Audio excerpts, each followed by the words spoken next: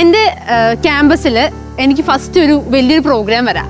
അതായത് കുറച്ച് കൺഫ്യൂസിങ് ആണ്, അതിന് പോകണോ വേണ്ടയോ അങ്ങനെ കുറച്ച് ഡൗട്ടൊക്കെ ഉണ്ടായിരുന്നു. അപ്പോൾ ഞാനും എൻ്റെ ഫ്രണ്ട്സും കൂടി ഞങ്ങളുടെ ക്യാമ്പസിൻ്റെ തൊട്ടടുത്തായിട്ടൊരു ചാപ്പലുണ്ട്, അവിടെ പോയി ഒന്ന് കുറച്ച് നേരം പ്രാർത്ഥിച്ചിട്ട് ഞാൻ ചോദിച്ചു, നമുക്കൊരു വചനം എടുത്ത് നോക്കിയാലോ, നമുക്ക് ഒരു ഡിസിഷൻ എടുക്കാനൊരു ഹെൽപ്പ് ആവുമല്ലോ, വചനം എടുത്ത് നോക്കിയാലോ എന്ന് പറഞ്ഞിട്ട് ഞങ്ങൾ വചനം എടുത്ത് നോക്കി.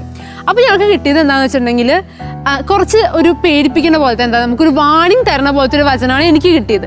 അപ്പോൾ നമ്മളെല്ലാവരും തോമാസ് ലീഹയുടെ മാർഗ്ഗം പിന്തുടരുന്ന ആളായതുകൊണ്ട് നമുക്ക് ഡൗട്ട് ഉണ്ടാവും. അപ്പോൾ ഡൗട്ട് ഉള്ളതുകൊണ്ട് തന്നെ എന്ത് ചെയ്തു, എൻ്റെ കൂട്ടുകാരത്തിൻ്റെ അടുത്ത് ഞാനൊരു വചനം എടുക്കാൻ പറഞ്ഞു.